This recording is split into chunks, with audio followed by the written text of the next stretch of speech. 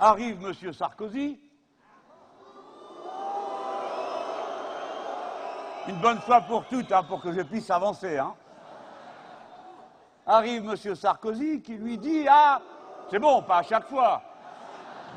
Je voulais juste vous dire une chose qui m'a paru tout à fait étrange. J'ai vu que mes camarades socialistes avaient trouvé un nouveau signe. Respect. Le problème, c'est que je me dis, mais qu'est-ce que ça peut bien vouloir dire? Attention, il ne faut pas déraper. Hein. J'ai demandé à quelqu'un, je ne comprenais pas ce que ça voulait dire. J'ai regardé le gars là, qui fait la traduction en langage des signes. J'ai dit, mais qu'est-ce que ça veut dire? Radio du thorax.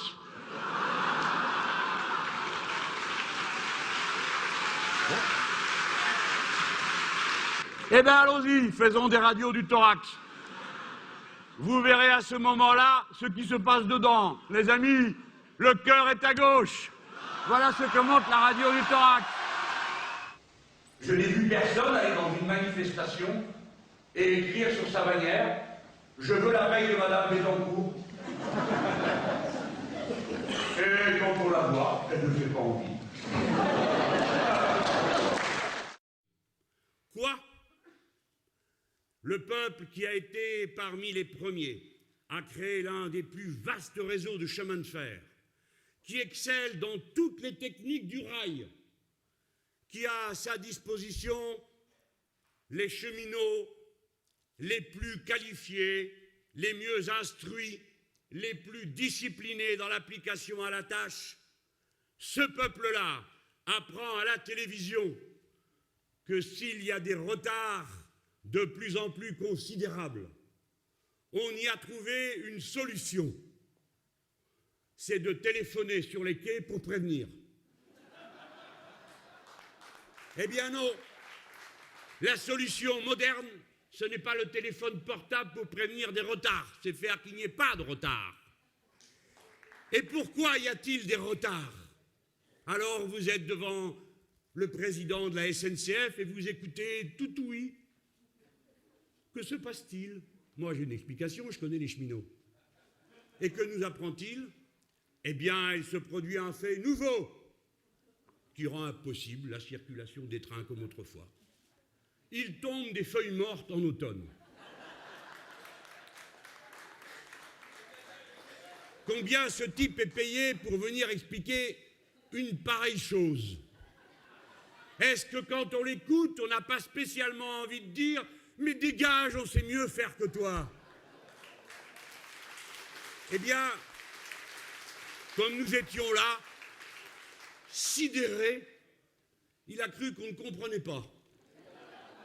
Raison pour laquelle on nous a distribué comme à des enfants, sur les quais du RER en région parisienne, des tracts avec des photos où l'on voyait les feuilles mortes collées sur les roues. Ils s'en prennent aux gens qui vivent du RSA et ils agitent les furieux qui sont là en leur disant « Vous vous rendez compte, il ne faut pas que quelqu'un au RSA gagne plus que quelqu'un qui travaille ».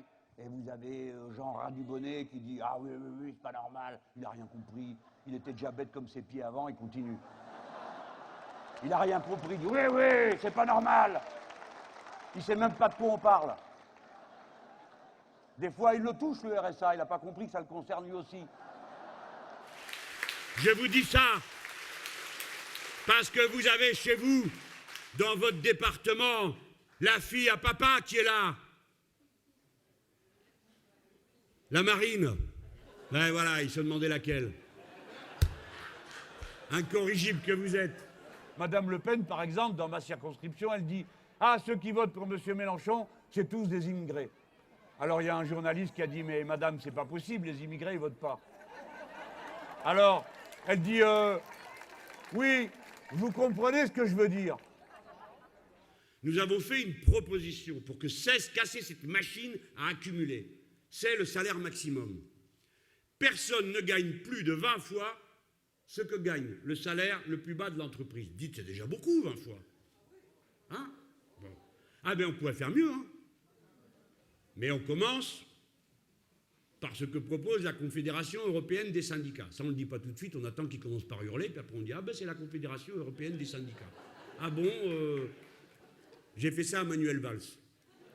Je lui ai dit le salaire maximum, vous savez que j'ai quelques talents en oratoire, donc j'ai fait les gros yeux. Alors en entendant ça, il a pris sa mine horrifiée. Il a commencé par dire qu'il n'était pas d'accord. J'ai dit, oh, mais c'est la Confédération européenne des syndicats. Virage à 180 degrés, parce que ça quand même, c'est pas Mélenchon, c'est la Confédération européenne des syndicats. Et il dit, vous allez voir, tout ce que je dis là, c'est de la politique. Et il dit, oui, c'est vrai qu'il y a des abus. Oui. Mais il faut que ça se fasse dans la négociation. Ah oui. Eh bien, il y a longtemps qu'il n'a pas rencontré un syndicaliste, celui-là. Nous allons reprendre le terrain. Ils le savent, à l'extrême droite. Mais allez dire aux gens, écoutez, ça va bien comme ça. Elles nous défendent de quoi? D'abord, elles commencent par vous trier d'après votre religion, ensuite, d'après la couleur de votre peau, elle est déjà divisée en 3 morceaux. Et après, quand elle arrive, vous dites, on va augmenter le SMIC. Vous savez ce qu'elle a répondu à la télé? Une mesurette. Ben va, toi, vivre avec la mesurette. La fille à papa. La fille de milliardaire. Vous devez en plus vous occuper de la Le Pen. Et bon, la fille, ben, bon, c'est le père, un jour il y aura la petite fille. Bon, c'est comme les mouches. On vit avec. Ça fait 40 ans qu'ils sont là, ils servent strictement à rien. À rien, qu'à se mettre de la haine, de la pagaille et à faire les chiens de garde. Alors, la droite et les médias les lâchent. Tchouf! Là, la partie. Wouh, wouh, wouh, wouh. Alors, l'UMP dit restez groupés, le chien va vous manger.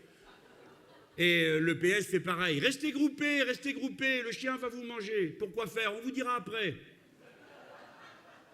Voilà à quoi servent ces gens. Le diable de confort.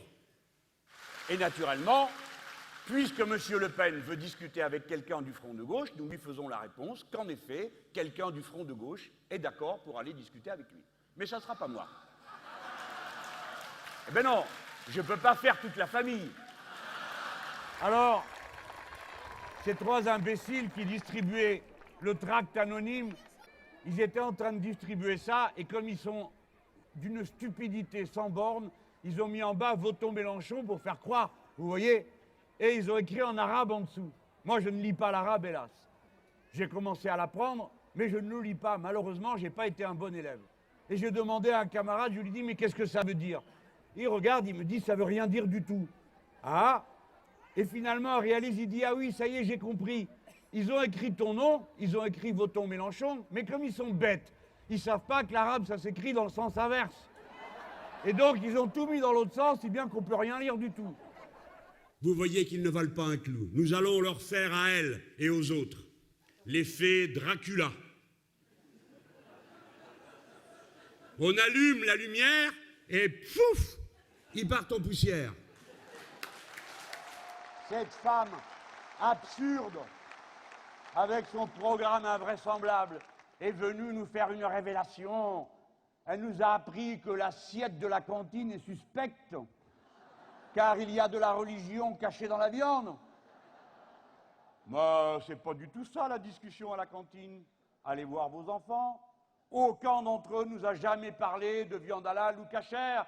Le vrai problème de la cantine est le suivant. Pendant combien de temps continuera-t-il à y avoir des frites molles?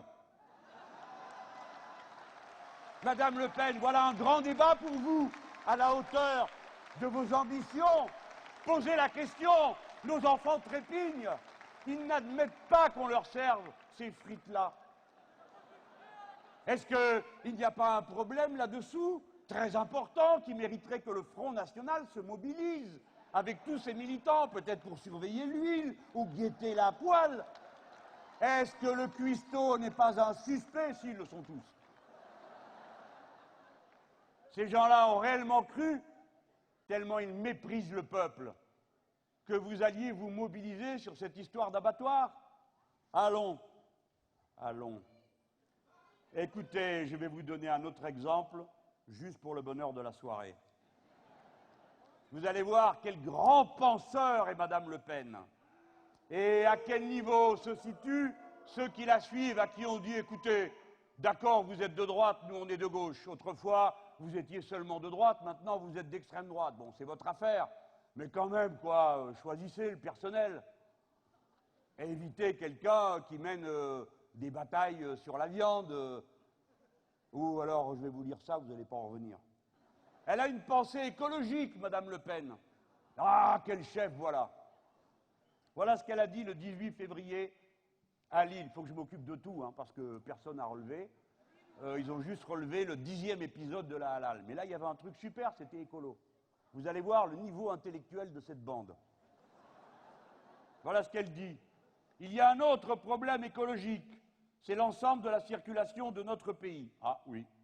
Parce qu'après tout, dit-elle, on nous parle de CO2. On nous parle de pollution. Bah oui, c'est clair.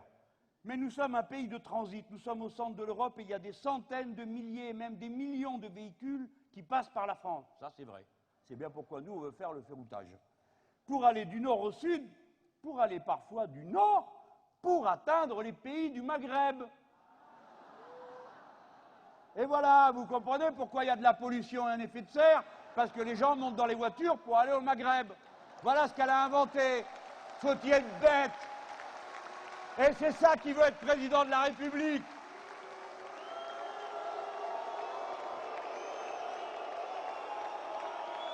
Elle est tellement bête. Alors après, elle va dire que je l'injurie. Bon, on va pas dire bête. Elle a tellement un problème, ça non plus. Je ne sais pas comment on peut lui parler, je vous les juge.